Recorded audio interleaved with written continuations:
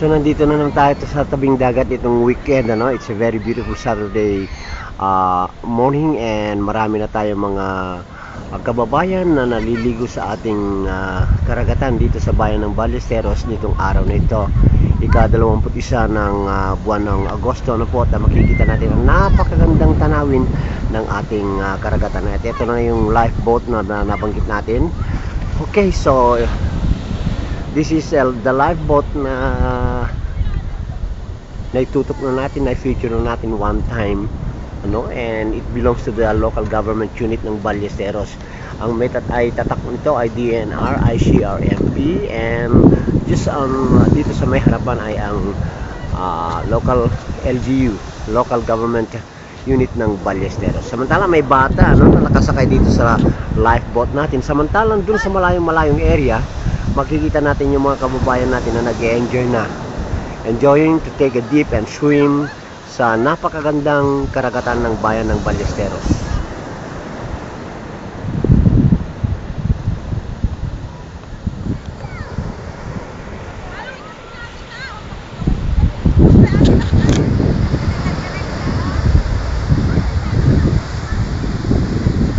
Mga kababayan natin na nag-enjoy na, ano, early in the morning na isang Saturday, happy weekend sa kanila. And well, lalapitan natin mamaya yung mga nagtatakbo. Samantala dito may mga nag-aayos sa kanilang mga fishing boats.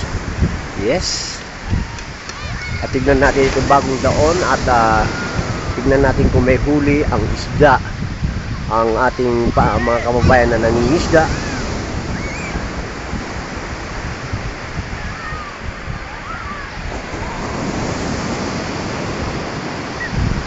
At makikita natin na kinukumpuni po yung daalis. Daalis sa kanya po, daalis.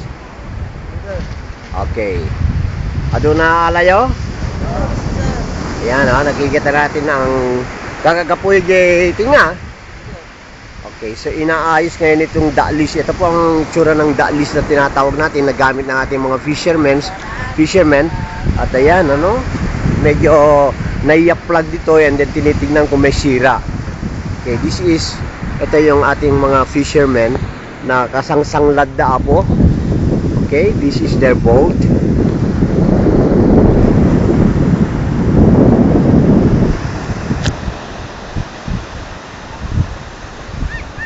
So ganito po ang situation natin ngayon sa araw ng Sabado, ika-21 ng buwan ng Agosto 2010. At doon sa malayong area, makikita natin na marami tayong mga kababayan na nag-enjoy na ng kanilang swimming, pamilya, barkada. At well, yung ganda at lamig ng tubig ng ating karagatan dito sa bayan ng Ballesteros ay being enjoyed by, well, mga kabataan, mga bata, mga matatanda, na sila po ay naglalaro at lumalangoy na sa ating karagatan, no? Samantala dito sa tapat natin, makikita natin malayo sa ating kinaroroonan ang ating mga isla